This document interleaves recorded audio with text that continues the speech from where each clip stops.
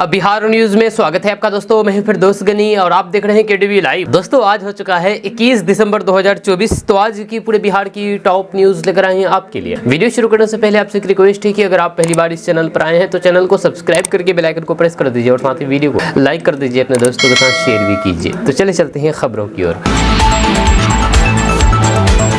आज बिहार न्यूज की शुरुआत सबसे पहले करेंगे कि नेता प्रतिपक्ष तेजस्वी यादव ने किशनगंज में बहुत बड़ा ऐलान कर दिया है। उन्होंने कहा है कि सीमांचल में गरीबी, पलायन, बाढ़ और फिर कटाव से लोग त्रस्त हैं, लेकिन केंद्र में 11 साल एवं राज्य में लगभग 20 साल से एनडीए की सरकार है, मगर इस ओर कोई भी ध्यान नहीं दिया गया। उन्होंने कहा है कि अगर हमारी सरकार बनी तो सीमांचल डेवलपमेंट अथॉरिटी का गठन किया जाएगा। तेजस्वी यादव किशनगंज में कार्यकर्ता संवाद कार्यक्रम में शामिल होने के लिए पहुंचे थे। उन्होंने यहाँ पर नेताओं से, कार्यकर्ताओं से फीडबैक लिया। तेजस्वी यादव ने स्मार्ट मीटर, महंगाई और फिर बिहार में जमीन सर्वे को लेकर के राज्य सरकार को आड़े हाथों लिया है। आगे उन्होंने कहा है कि जब से केंद्र में बीजेपी की सरकार बनी है तभी से मुसलमानों को परेशान किया जा रहा है। वक्फ बिल को किसी भी कीमत पर लागू नहीं करने दिया जाएगा। दोस्तों बिहार के मुख्यमंत्री नीतीश कुमार की तबीयत अचानक खराब हो गई है, जिसके चलते उनके कल के जितने भी कार्यक्रम थे सब के सब कार्यक्रम, बैठकें रद्द कर दी गई। जब बताया जा रहा है कि पटना में बड़ी ठंड के कारण नीतीश कुमार वायरल बुखार की चपेट में आ गए हैं, जब डॉक्टरों ने उन्हें फिलहाल बेड रेस्ट की सलाह दी है। मुख्यमंत्री आवास के करीबी सूत्रों ने पुष्टि करते हुए कहा है कि मौसम में बदलाव और फिर ठंड की वजह से सीएम नीतीश कुमार को वायरल बुखार हो गया है, जिसके कारण डॉक्टरों ने उन्हें आराम करने की भी सलाह दी है। जब स्वास्थ्य से संबंधित इस परेशानी के कारण उन्हें कई कार्यक्रमों को स्थगित करना पड़ा, जिसमें पटना से लेकर के राजगीर तक कई महत्वपूर्ण बैठकें और फिर कार्यक्रम शामिल है, जब मुख्यमंत्री के कल के एजेंडे में शामिल थे। आपको बता दूं कि मुख्यमंत्री नीतीश कुमार को अडानी समूह के प्रबंधक निदेशक प्रणब अडानी के साथ एक महत्वपूर्ण बैठक थी, जो कि कल शाम ज्ञान भवन में बिजनेस कनेक्ट कार्यक्रम के तहत होनी थी। इसके अलावा उसी स्थान पर नीतीश कुमार की उपस्थिति में विभिन्न कंपनियों के साथ कई समझौता ज्ञापनों पर हस्ताक्षर किए जाने की उम्मीद थी, लेकिन नीतीश कुमार की तबीयत खराब होने के कारण अब नीतीश कुमार की ये शेड्यूल, ये बैठकें रद्द कर दी गई है। दोस्तों बिहार का मौसम एक बार फिर से करवट लेने वाला है। बिहार के कई जिलों के तापमान में फिर से एक बार गिरावट का दौर शुरू हो सकता है और फिर ठंड में बढ़ोतरी हो सकती है। बेहद तेज रफ्तार से जेट स्ट्रीम की हवाएं बिहार में एंट्री ले रही है और फिर पश्चिमी विक्षोभ की वजह से बिहार में ठंड बढ़ने वाली है। किशनगंज, अररिया, पूर्णिया, कटिहार यानी कि सीमांचल, मिथिलांचल समेत आसपास के जिलों में कोहरे की चादर फिर से दिख सकती है। हालांकि हवा का बदल रहा है, तो फिर पिछले कुछ दिनों से कनकनी गायब रही। दिसंबर का सबसे गर्म दिन गुरुवार ही रहा। आपको बता दूं कि बिहार वेदर रिपोर्ट्स को लेकर के मौसम विभाग के जानकार बताते हैं कि 220 किलोमीटर प्रति घंटे की रफ्तार से जेट स्ट्रीम की हवाएं बिहार में प्रवेश कर रही है। 27 दिसंबर को एक पश्चिमी विक्षोभ भी हिमालय में क्षेत्र में पहुंचेगा, हिमालय के क्षेत्र में पहुंचेगा, जहां पहाड़ों पर बर्फबारी फिर एक बार शुरू होने वाली है, जिससे कि बिहार में ठंड का असर तेज होगा। भागलपुर, खगड़िया, अररिया, किशनगंज, मधेपुरा और फिर सहरसा समेत कई जिलों में 21 दिसंबर यानी कि शनिवार को घना कोहरा छाया रह सकता है। दोस्तों बिहार के युवाओं के लिए अच्छी खबर सामने आई है। जल्द ही बिहार में एक बार फिर से बड़े पैमाने पर भर्ती होगी। यह करीब 545 खाली पड़े पदों को भरने के लिए मुख्यमंत्री नीतीश कुमार की अगुवाई में मंत्रिमंडल से मंजूरी मिल गई है। अपर मुख्य सचिव डॉक्टर एस सिद्धार्थ ने बताया है कि 545 में से अल्पसंख्यक कल्याण विभाग में प्रखंड अल्पसंख्यक कल्याण पदाधिकारी के 459 पदों पर भर्ती होगी। इसके साथ ही मंत्रिमंडल की बैठक में कुल 43 प्रस्ताव को मंजूरी मिली है। यह बिहार में पिछले दिनों तमाम सरकारी पदों पर बंपर भर्ती हुई। इन भर्तियों में बिहार ही नहीं बल्कि उत्तर प्रदेश के भी युवाओं को नौकरी मिली है। दोस्तों बिहार के सरकारी स्कूलों में तैनात शिक्षकों की अब नेतागिरी नहीं चलेगी, यानी कि बिहार के स्कूलों में जो शिक्षक पढ़ाते हैं अब उन शिक्षकों की नेतागिरी कहीं की भी नहीं चलने वाली है। जहां बहुत नेताओं के साथ उठते बैठते हुए आप शिक्षकों को देखते होंगे, लेकिन अब शिक्षकों की ये नेतागिरी उन पर भारी पड़ने वाली है। आपको बता दूं कि नई विशिष्ट शिक्षक नियमावली को हाल ही में नीतीश कैबिनेट से मंजूरी मिल गई है। इसके तहत स्थानीय राजनीति में संलिप्त रहने वाले, यानी कि स्थानीय राजनीति में राजनीतिक नेताओं के साथ उठ बैठ करने वाले शिक्षकों के खिलाफ शिक्षा विभाग सख्त रवैया अपनाएगा। अपर मुख्य सचिव डॉक्टर एस सिद्धार्थ ने कहा कि अगर कोई भी टीचर विद्यालय का माहौल बिगाड़ता है तो फिर अपर मुख्य सचिव एस सिद्धार्थ ने कहा कि अगर कोई भी टीचर विद्यालय का माहौल बिगाड़ता है, लोकल पॉलिटिक्स में शामिल होता है या फिर अन्य शिक्षकों को तंग करता है तो फिर उसका ट्रांसफर कर दिया जाएगा या संबंधित शिक्षक को 3 दिन का नोटिस दिया जाएगा। इसके बाद डीईओ या फिर निदेशक के स्तर पर गड़बड़ी करने वाले शिक्षकों का तबादला किया जाएगा। मुख्यमंत्री नीतीश कुमार की अध्यक्षता में हुई राज्य कैबिनेट की बैठक में विशिष्ट शिक्षक नियमावली पर मुहर लगाई गई है। इसके बाद शिक्षा विभाग ने नई नियमावली की अधिसूचना जारी कर दी है। ये नियम सक्षमता परीक्षा पास करने वाले नियोजित शिक्षकों पर लागू होंगे।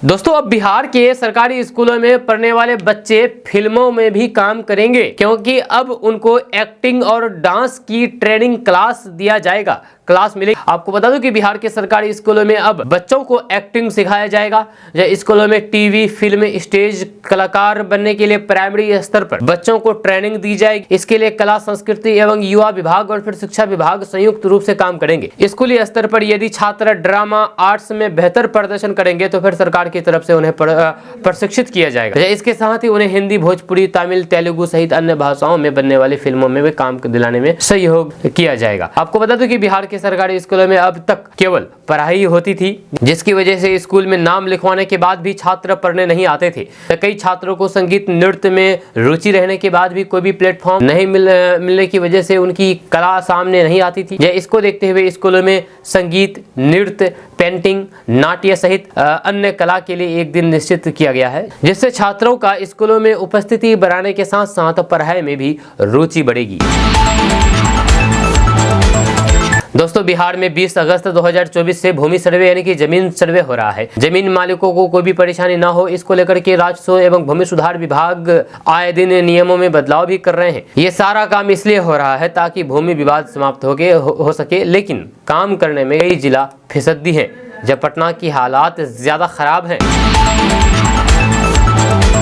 दोस्तों, बिहार में 20 अगस्त 2024 से जमीन सर्वे शुरू हो रहा है। जमीन मालिकों को कोई भी परेशानी ना हो, इसको लेकर के राजस्व एवं भूमि सुधार विभाग आए दिन नियमों में बदलाव कर रहे हैं। ये सारा काम इसलिए हो रहा है ताकि जमीन विवाद समाप्त हो सके, लेकिन काम करने में कई जिले सद्दी हैं। पटना की हालात सबसे ज्यादा खराब है। अक्टूबर महीने से अंचलाधिकारी एवं DCLR के कामों का पैनी नजर रखते हुए रैंकिंग की व्यवस्था की गई है।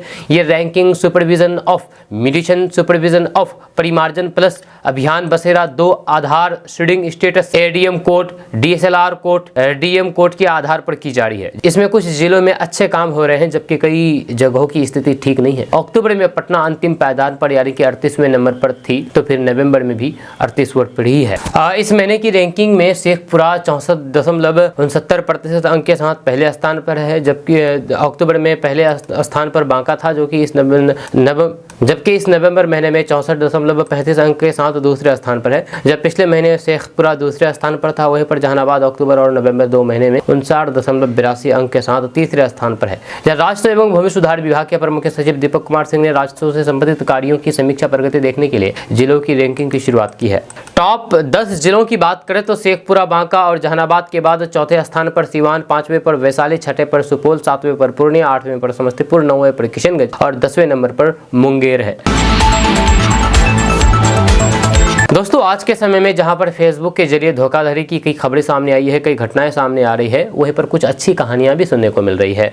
ऐसा ही एक कहानी बिहार के पश्चिमी चंपारण के पिपरासी प्रखंड की पिपरासी पंचायत के परसोनी गांव निवासी मनीष की है, जो कि 16 साल बाद अपने परिवार से मिला है। वह 8 साल की उम्र में साल 2008 में नाराज होकर के घर छोड़ करके चला गया था। मनीष को अपने पिता और फिर ग्राम पंचायत का नाम याद था, लेकिन फेसबुक की मदद से उसे अपना परिवार मिल पाया है। और बुधवार को देर शाम इतने वर्ष बाद जब मनीष गांव पहुंचा तो फिर उसे देख करके माँ बाप के आंसू छलक गए। माँ मनीष को गले लगा करके फूट फूट करके रोई। वहीं पर मनीष को देखने के लिए पंचायत के मुखिया राजकुमार सहनी, BDC नीरज शर्मा समेत ग्रामीणों की भीड़ मौके पर जुटी।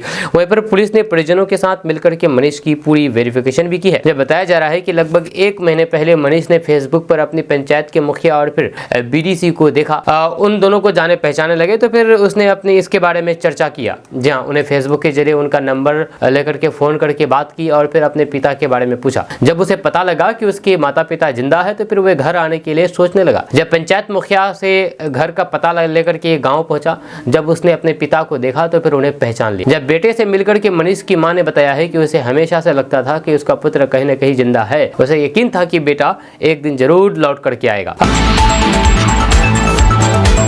दोस्तों, जनसुराज पार्टी के अध्यक्ष मनोज भारती ने प्रेस वार्ता में जनसुराज पार्टी के संगठन विस्तार की घोषणा की है। उन्होंने प्रदेश पदाधिकारियों की सूची भी जारी की है, लिस्ट भी जारी की है। साथ ही मनोज भारती ने आने वाले दिनों में पार्टी संगठन को कैसे मजबूत किया जाए इसकी भी जानकारी दी है। मनोज भारती ने अपने टीम का विस्तार करते हुए सुभद्रा सहनी को महिला अध्यक्ष, वीरेंद्र राय को किसान अध्यक्ष, आनंद मिश्रा को युवा अध्यक्ष एवं अरविंद सिंह को कोषाध्यक्ष नियुक्त किया। साथ ही साथ 10 प्रदेश उपाध्यक्ष, 10 प्रदेश महासचिव, 5 प्रदेश सचिव के नामों की सूची भी जारी की है।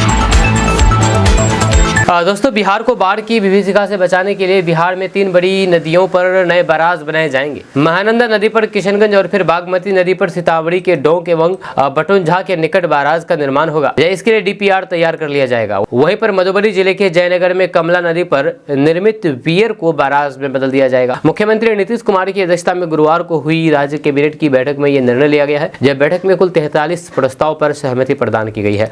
जब बैठक के बाद कैबिनेट विभाग के अपर मुख्य सचिव डॉक्टर सिद्धार्थ ने बताया है कि महानंदा नदी पर किशनगंज के तैयबपुर में बैराज निर्माण के लिए डीपीआर बनाया जाएगा।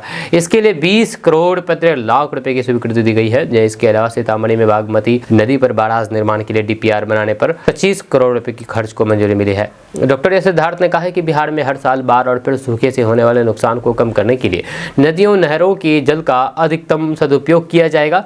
इसके लिए जल संसाधन विभाग के अंतर्गत वृहद एवं मध्यम सिंचाई तथा बाढ़ रोकने की योजनाओं का क्रियान्वयन होगा। दोस्तों, केंद्रीय मंत्री चिराग पासवान ने कहा है कि राहुल गांधी ने आज संसद भवन के परिसर में जिस तरह का व्यवहार किया है वह कतई बर्दाश्त के काबिल नहीं है। उन्होंने कहा है कि आज का दिन लोकतंत्र और संसद की गरिमा को शर्मसार कर देने वाला रहा। जिस तरह से नेता विपक्ष ने माननीय सांसदों से व्यवहार किया है वह उनके अहंकार को दर्शाता है।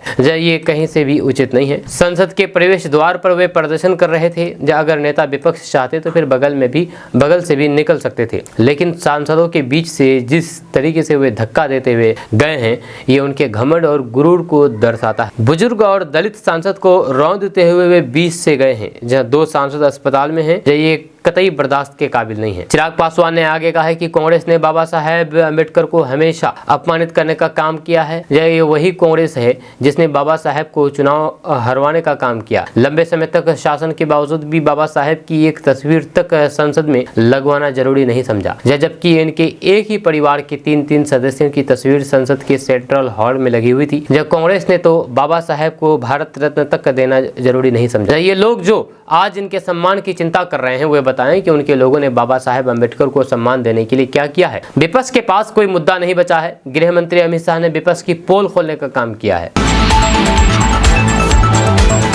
दोस्तों, बिहार में नौकरी की तलाश कर रहे युवाओं के लिए यह काफी अच्छी खबर सामने आई है। अब उन्हें बाहर जाकर के रोजगार की तलाश नहीं करनी होगी, बल्कि बिहार के अंदर जल्द ही बड़े पैमाने पर बहाली आने वाली है। इसको लेकर के तैयारियां शुरू कर दी गई है। इस बात की जानकारी भाजपा नेता और फिर केंद्रीय नीतीश कैबिनेट के मंत्री ने दी है। इसके बाद युवाओं के अंदर थोड़ा जोश देखने को मिल सकता है। दरअसल नगर विकास एवं आवास मंत्री नितिन नवीन ने कहा कि नगर निकायों में खाली पदों को जल्द ही भरा जाएगा। इसकी प्रक्रिया शुरू कर दी गई है। उन्होंने बहाली की प्रक्रिया को जल्द से जल्द भरने के निर्देश अधिकारियों को दिए हैं। नितिन नवीन ने पटना के अधिवेशन भवन में नगर प्रबंधन को नियोजन पत्र सौंपा है। नवनियुक्त नगर प्रबंधकों को संबोधित करते हुए उन्होंने कहा है कि आप सभी एक नए ऊर्जा के साथ काम करें, विभाग एवं खुद को नए मुकाम तक पहुंचाएं। फिलहाल सभी नगर प्रबंधकों को वरिष्ठ अधिकारियों को से गाइडलाइन मिलती रहेगी ताकि वे खुद को एक बेहतर सिटी मैनेजर के रूप में विकसित कर पाए।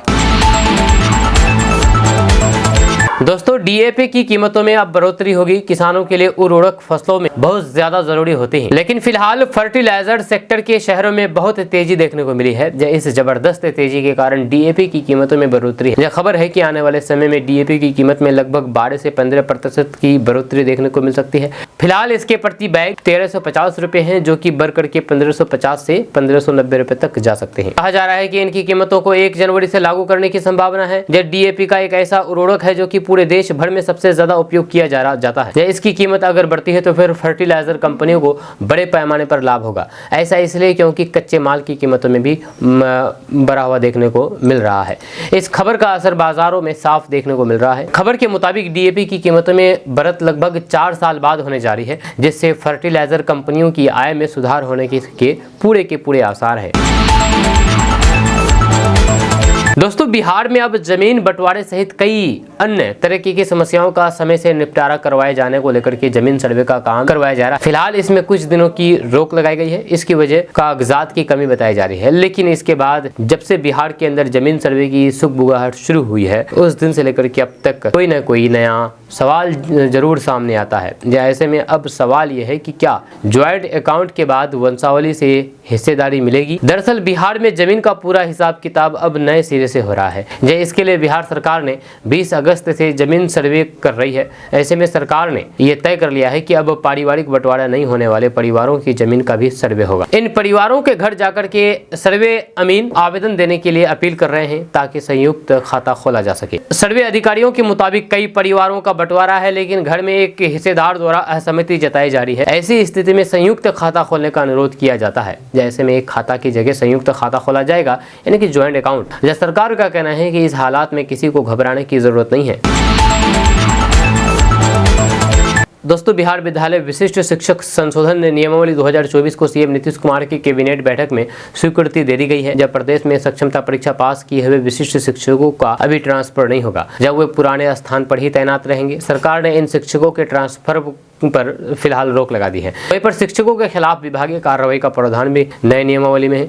अगर किसी शिक्षक की शिकायत विभाग को मिलती है तो फिर उस शिक्षक पर कार्रवाई होगी और फिर दूसरे जिले में उनका ट्रांसफर भी कर दिया जाएगा। जब बिहार में शिक्षा विभाग के अपर मुख्य सचिव डॉक्टर एस सिद्धार्थ ने बताया है कि नई नियमावली से जुड़ी हुई गजट का प्रकाशन होगा। विशिष्ट शिक्षकों पर अब सरकारी सेवा नियमावली के सभी प्रावधान लागू हो चुके हैं। अपर मुख्य सचिव ने बताया है कि शिक्षकों के खिलाफ विभागीय कार्रवाई का भी प्रावधान इस नई नियमावली में है। दोस्तों, अडानी को तो आप जानते ही होंगे, बड़े ही बिजनेसमैन हैं। वह अब बिहार की विकास यात्रा में अहम भूमिका निभा रहा है। चाहे बात लॉजिस्टिक, गैस डिस्ट्रीब्यूशन और एग्रो लॉजिस्टिक सेक्टर में निवेश की हो या फिर इन सेक्टरों में नौकरियों के नए अवसरों को और बढ़ाने की, अडानी समूह शुरू से ही इस दिशा में निरंतर काम कर रहे हैं। अडानी समूह की फ्लैगशिप कंपनी अडानी एंटरप्राइजेज के निदेशक प्रणव अडानी ने बिहार बिजनेस कनेक्ट इवेंट 2024 के दौरान कहा है कि अडानी समूह बिहार में सबसे बड़े प्राइवेट इन्वेस्टर हैं। हमने पिछली बार आपसे वादा किया था कि हम आपको बताएंगे कि हम बिहार में विकास के लिए क्या कुछ कर रहे हैं। आज हम आपको इसके बारे में विस्तार से बताने जा रहे हैं। दरअसल प्रणव अडानी ने कहा कि हम बिहार में 3 सेक्टर में खास तौर पर काम कर रहे हैं। ये सेक्टर है लॉजिस्टिक, गैस डिस्ट्रीब्यूशन और फिर एग्रो लॉजिस्टिक सेक्टर। हमने इन सेक्टर पर अभी तक 850 करोड़ रुपए का निवेश कर लिया है। इस निवेश से हमने प्रत्यक्ष और फिर अप्रत्यक्ष तौर पर 25,000 नौकरियां दी है। अब हम 2300 करोड़ रुपए का भी निवेश करने जा रहे हैं। जब प्रणव अडानी आगे कहा है कि इस निवेश से न सिर्फ हमारे वेयर हाउस की संख्या बढ़ेगी, बल्कि इसके साथ साथ ही हमारी लैंडिंग क्षमता में भी इजाफा होगा। इसके साथ ही इसकी मदद से हम ईवी सेक्टर में सीजीडी और फिर सीबीएसई स्पेस जैसे कई जगहों पर हमारी मौजूदगी और बढ़ा पाने में सफल होंगे। दोस्तों, बिहार में शराबबंदी कानून को सफल बनाने के लिए बिहार सरकार सख्त है। इसमें लापरवाही बरतने वाले अधिकारियों पर भी कार्रवाई की जा रही है। नीतीश सरकार में मद्य निषेध विभाग के मंत्री रत्नेश सदा ने कड़ा संदेश दिया है। उन्होंने कहा है कि राज्य के यानी कि बिहार के बड़े शहर माफियाओं को चिन्हित करके उन पर अपराध नियंत्रण अधिनियम के तहत कार्रवाई की जाएगी।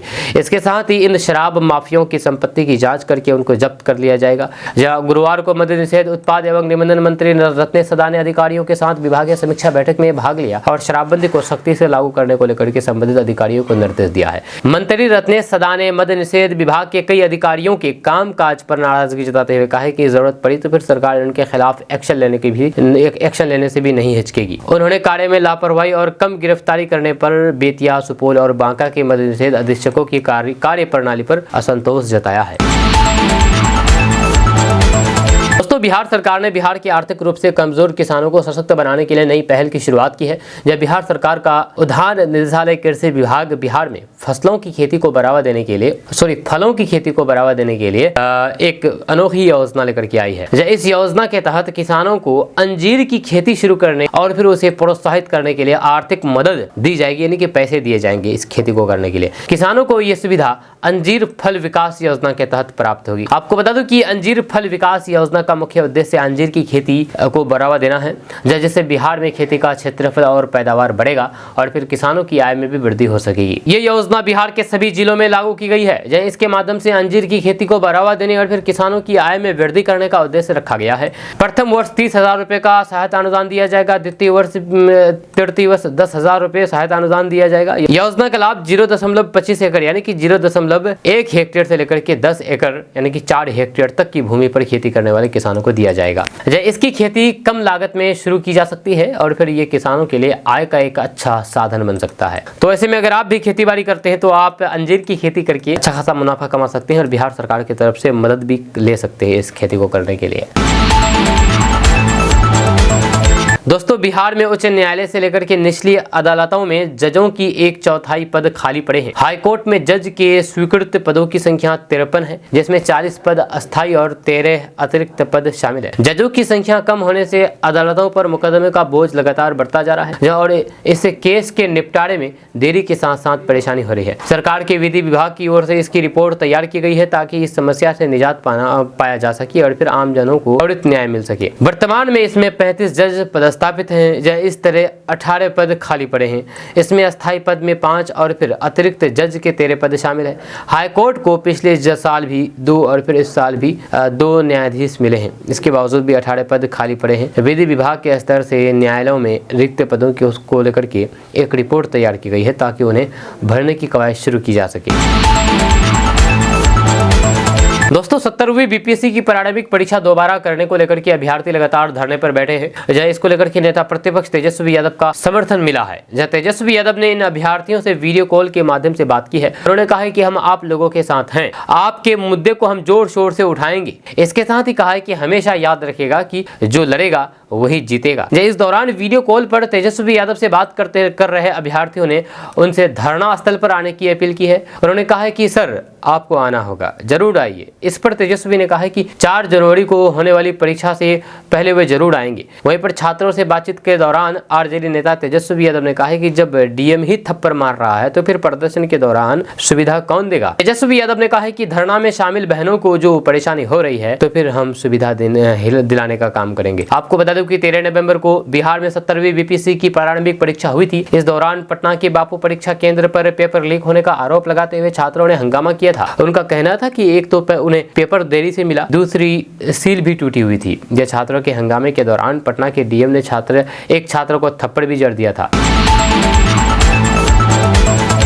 दोस्तों, बिहार के मुख्यमंत्री नीतीश कुमार की 23 दिसंबर से प्रस्तावित यात्रा को लेकर के लगातार विपक्ष के नेता सियासी हमले कर रहे हैं। खास करके तेजस्वी यादव बार बार नीतीश कुमार की यात्रा पर सवाल उठा रहे हैं। अब तेजस्वी यादव ने सोशल मीडिया के जरिए सीएम नीतीश कुमार से कई सवाल पूछ डाले और कहा कि सीएम नीतीश कुमार यात्रा पर निकलने से पहले जनता के सवालों का जवाब दें। तेजस्वी यादव ने कहा कि बिहार के मुख्यमंत्री नीतीश कुमार को 2 अरब 25 करोड़ 78 लाख रुपए की अलविदा यात्रा पर निकलने से पहले बिहार की जनता से क्षमा या याचना मांगनी चाहिए कि 20 वर्षों में कथित यात्राओं के माध्यम से राजनीतिक पर्यटन पर निकलने के बावजूद भी वे अभी तक वास्तविक तथ्य, सत्य और फिर साक्ष्य क्यों नहीं जान और समझ पाए।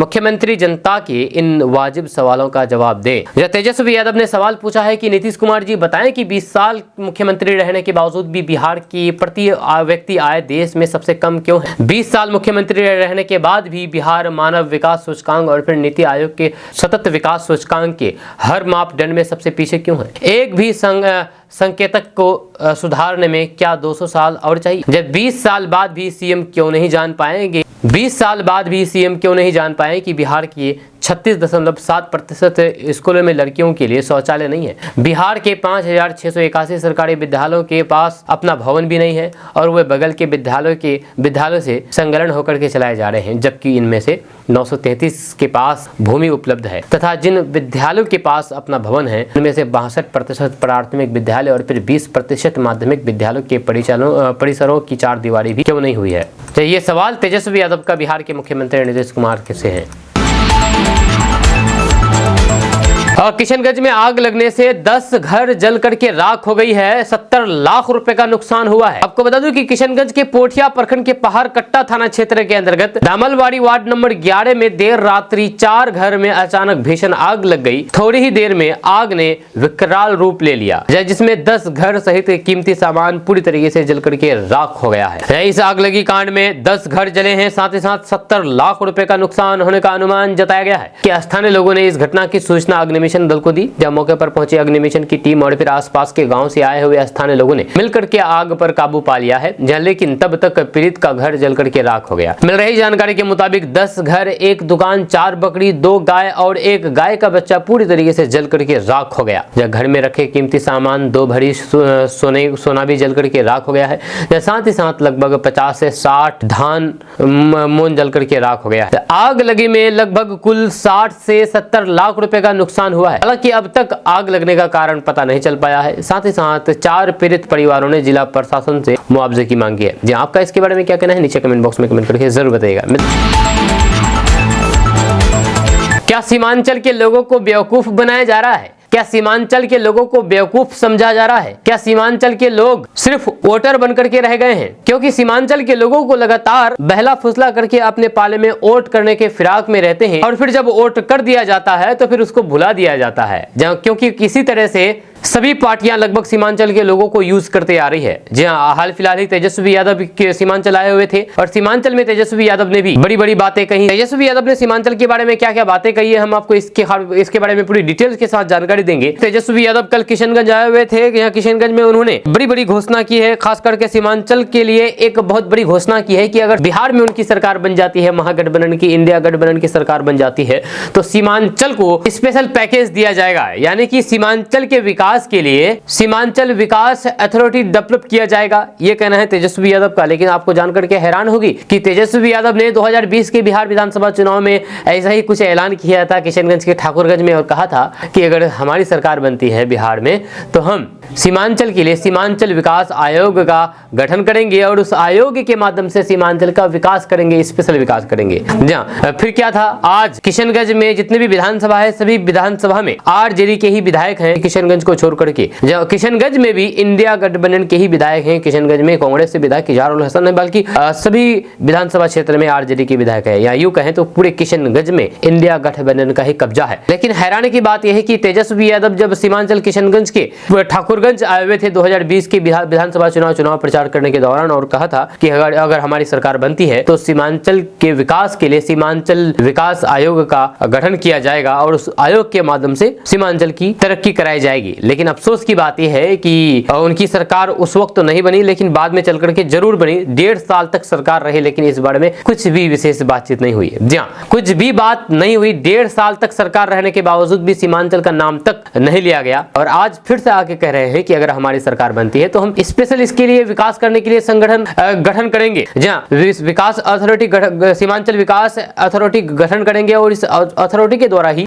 विकास किया जाएगा। लेकिन क्या पता फिर कल चल करके अगर इनकी सरकार बन जाती है तो फिर उसी तरह से भूल जाएंगे जिस तरह से पहले भूला गया और फिर से चुनाव आएंगे और फिर से वही राग अलापा जाएगा। ये तो सीधे सीधे कहा जाए तो सीधे सीधे बस लोगों से वोट लुभाने के लिए जुमला है। साथ ही साथ तेजस्वी यादव ने एक और बातें कही है जो कि किशनगंज के लिए सबसे बड़ा मुद्दा है, वो है AMU का मुद्दा, या अलीगढ़ मुस्लिम यूनिवर्सिटी किशनगंज सेंटर का मुद्दा। यहाँ तेजस्वी यादव ने कहा है कि अगर हमारी सरकार बनती है तो फिर हम किशनगंज में जो अलीगढ़ मुस्लिम यूनिवर्सिटी का सेंटर है इसको आगे बढ़ाने का काम करेंगे। लेकिन अफसोस जब इनकी सरकार थी तो इन्होंने इस बारे में कुछ भी नहीं सोचा, न ही कभी किसी सार्वजनिक मंच पर जिक्र किया। कहा जाए तो चाहे जो भी पार्टी हो सभी अपना एजेंडा सेट करने में लगे हुए हैं, अपना एजेंडा के तहत लोगों को लुभाने के लिए अपना वोट बैंक बना रहे हैं। लेकिन जो मूल समस्या है उस मूल समस्याओं को उठा करके चुप हो जाते हैं और उसके आगे उस पर कुछ भी पहल नहीं की जाती है। ये अफसोस की बात है कि सिर्फ तेजस्वी यादव ही नहीं बल्कि जितने भी पार्टियां हैं सभी पार्टियां सिर्फ वादा करती है और वादा करने के बाद भूला जाती है। क्योंकि पिछली बार 2020 के विधानसभा चुनाव में ही जब असदुद्दीन ओवैसी चुनाव प्रचार कर रहे थे तो फिर यहाँ पर बड़ी बड़ी बातें कह रहे थे और